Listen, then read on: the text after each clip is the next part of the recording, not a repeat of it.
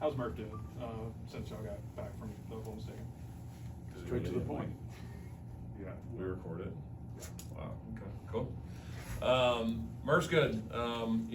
He has been getting treatment, ever since he obviously got back from the game.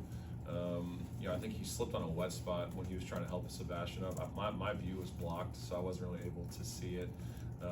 The knee's better, it's just sore. His hip flexor is kind of more what we're looking into right now, because when Sebastian landed on him, it just, that's a lot of impact on that part of the body. So, I think yesterday he stretched, got shots up, did, he'll do more of a basketball workout today, and some light practice today, but still just, trying to progress him back slowly.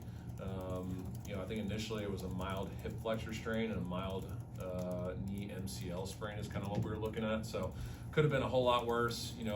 Murf's done an unbelievable job in the off season, and God love him. He's had the injury bug lately, but he's been going at his rehab so hard that the 2 times that he's actually tweaked it over the last 2 months, I think they could have been a lot worse had he not been putting in so much work in his treatment with Clark and Coach D. So I think it's saved him from something that could have been more serious. But I think he'll practice a little bit today, but we're going to slowly progress him back because we don't play again until next Thursday. Good. We'll go Ryan. Stephen, how do you think teams responded from the opening exhibition game? What were some things you saw that you didn't like and that you're working on? Yeah, I thought guys responded well. That team had 3 really, really explosive guards, and they had a couple guards that didn't play. And I think, after talking to the coaches and a few others, I think that helped those guys because they got to play 35 minutes and just kind of got to go out there and just play, as opposed to having to worry about rotations. We played 11 guys in that scrimmage, which we said we would. And, offensively, couple positives that stick out. Obviously we got to the foul line a lot. I thought, we have 4 or 5 guys that I think can get by their men and, create opportunities for themselves and others, but also get to the foul line. So we got to the line a good bit. When we ran offense, I think we scored 1.24 points per possession, which, is really good. When we didn't run offense, it was like 0.79 or something like that. So it was good for our guys to be able to see, listen, when we run stuff within our system, we're getting really good looks. But then on top of that, if you look at, I think we had 18 offensive rebounds, like 80 to 85% of our offensive rebounds came off of stuff when we ran offense. And the reason why that's important is because when you run offense, where shots are going to be shot in the offense, so you can go get those rebounds. But when you just take a random shot out of the offense, you don't have good offensive rebounding position. So it was good for our guys to see that when we do run good stuff, we get good shots and we convert on those things. But then 2, if you miss those shots, we have somebody there to rebound to bail you out. So that was really positive. Didn't shoot it great from the foul line. We missed 14 free throws, and a lot of our best free throw shooters got to the foul line. Elijah missed 3, Tahad missed a couple, Keyshawn Hall missed a couple. So, we got our best players to the foul line. We just got to continue to convert and stay locked in those areas.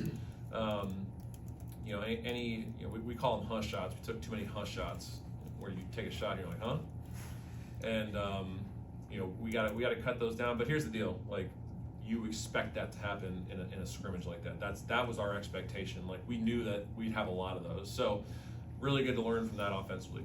Defensively, this team is going to have to find creative ways to create turnovers, to get stops, because we don't have the same size that we did a year ago. Last year it was, we're going to keep our men in front and we're going to force guys into tough contested shots. We have the length and the athleticism to contest shots, but we don't have the size to be able to physically keep people out of the lane. So we got to do a much better job of, one, our guards got to be in the gaps a lot more. We were way too hugged up to our men. We weren't in gaps offering any help on the defensive side of the ball. All right, so that's one thing that we got to obviously address. And we've done that the last couple of days in practice, and the guys have responded well to it. 2, we got to be way more impactful in ball screens. We got to try and create offense with our defense. So more blitzing, more running and jumping, just stuff to kind of keep them off balance. And then we got to do a better job of keeping our man in front. We talked about how good they were driving downhill left.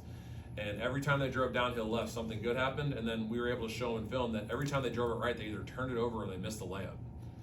These are all really, really positive things that our guys get to watch on film and say, all right, when we execute, this happens. When we don't execute, obviously something good happens for them. So all really good things for us to learn from. We spent 2 full days of watching film. I think I had like 74 clips on the defensive end, and Burgo probably had 60-something on the offensive end.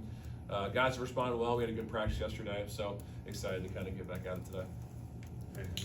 And just pass it on down.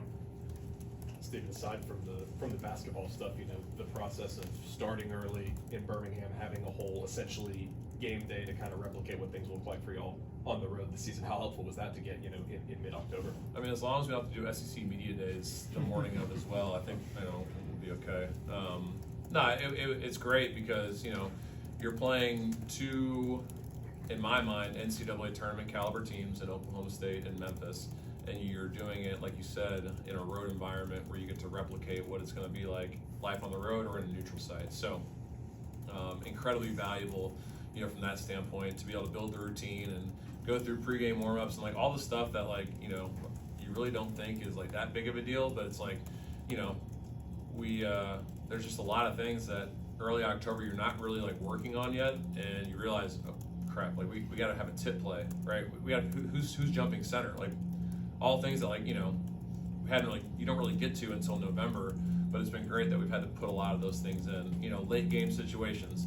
Hadn't done a ton of practice on that, and yesterday we were able to put in, some of our full court late game sets, and we're going to put in some side OB late game sets and some under OB late game sets. So one of the things that we're going to really work on as part of practice now, and you guys are obviously at practice, is we're going to do late game situations a lot more, just so we're more prepared in those moments, so we're not having to draw something new up every single time. So it was really productive from a coach's standpoint too, to be able to see like all the things that we still have to put in before our first game, on the 3rd against Bethune-Cookman, but also a lot to get ready for with a really good Memphis team next week. For Mecca, I know he's been coming back from injury. Have you seen him these last couple weeks? I know he didn't get to play a ton in the exhibition, but obviously a guy that looks like he's getting healthier and healthier. Yeah, Mecca, I think he played 2 minutes. The 2 minutes that he played, I thought he did some really good things. Got to be able to give him more of an opportunity to, show what he's capable of. And that's on us as coaches. Mecca he is a pleaser. Like, he wants to do well, and he wants to be in the right spots and make the right plays, and like he really cares. And sometimes that makes you overthink things at times, and that's one of the things that Mec's continuing to just grow and battle with. And but for him, like you said, like had the back injury and had a few bumps and bruises here and there, so he hasn't really been able to consistently get into a rhythm in practice. Well, now he's finally starting to get back to where he's getting into more of a rhythm. So I'm excited for him to play some more minutes in the Memphis game, just to kind of show what he's got, because he does a few things that not a lot of people can do. He's got unbelievable length around the rim to be able to block shots, and you kind of saw it. They called a foul on Kevin, but I think he rotated over and blocked that shot like pretty effortlessly. So once things slow down for him a little bit, I think it'll help. I think he's a step slow on like ball screen coverages and where he's supposed to be in the offense, but he showed this summer when he got into a rhythm, he was much better in those areas, and I think he's close to getting back to that point. Sure. BB, he was present at the game last week. What was kind of his assessment of the team, and did he share anything with you after the game? Yeah, we talked on the way home, and I gave him a call and just was like, hey, what were some of your thoughts? And he was good. I mean, he said you guys obviously have pieces, and that's really all you can ask for at this point in the year. So a couple things in game that we kind of talked through. Won't share too much about it, but I think he liked I think he tweeted about it, the zone call at the very end. Our guys did such a good job. I wish we would have played more zone, but I told their coach that we would only play like 5 or 10 possessions of it, so I tried to stick to that as best I could. But we probably should have played 20 possessions of zone, and I think we probably would have won the game if we had done that. Just because we couldn't keep our men in front of us. But the zone call at the end of regulation was good. But it was kind of all the stuff I'm talking about. He mentioned all the things that we still got to put in to obviously get ready for Memphis. But saw a lot of positives, and obviously some things that we got to clean up defensively. So obviously it was great to have him there, and glad he got to be a part of it.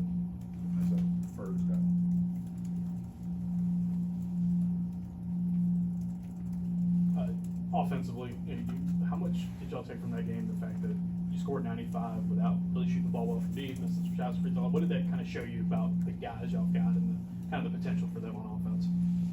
Yeah, no, we definitely have the pieces to put up some real numbers on the offensive end. As long as we we didn't get to a breakdown ever in that game. Like if we didn't have something in the flow of our offense, we just took a shot, which was another great thing to learn from. If you don't have anything when we're in transition, or if you don't have anything when we call a play call, like get out and run a ball screen. Like Tahad, Caden, go get the ball. Let's put the ball in your hands, and then let's get into a ball screen at the end of the clock, and then take what the defense gives us, as opposed to forcing a shot up where we have no rebounding position and we can't bail you out. So I think we shot like 37% from the field. We shot 71% from the line, I think, and we still scored 90 something in overtime. So there's a lot of things that give us confidence. I'm not sure how great of a defensive team Oklahoma State's going to be this year, but for us to be able to not shoot great percentages, miss 14 free throws, and be able to score 90 plus, I think this team's got an ability to obviously put some points up this year. But obviously we still got a lot we got to learn from that film, and a lot we got to clean up on. I think one or two more. Leadership-wise, with this being a very new team, who's kind of taken on a big leadership role so far?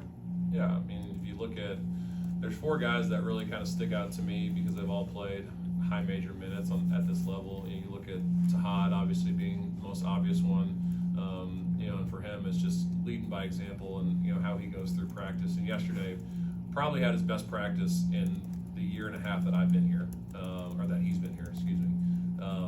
Just like doing extra reps, like winning every sprint, using his voice, and I think that was really important to see. So obviously really happy with him. Kevin Overton's a guy from Texas Tech that wants to use his voice, but he's a lot like the old me, where you would use it in a way that could really offend some people, and you gotta tone it down a little bit. And I think that's one area that we just met, and I was like, you like, I'm going through this journey the same as you. Like, I have to do a better job when I use my voice of doing it in a constructive manner. You have to do the same, because the older guys respond well to it, but the younger guys may not. So like, he's a guy that obviously we're going to lean on.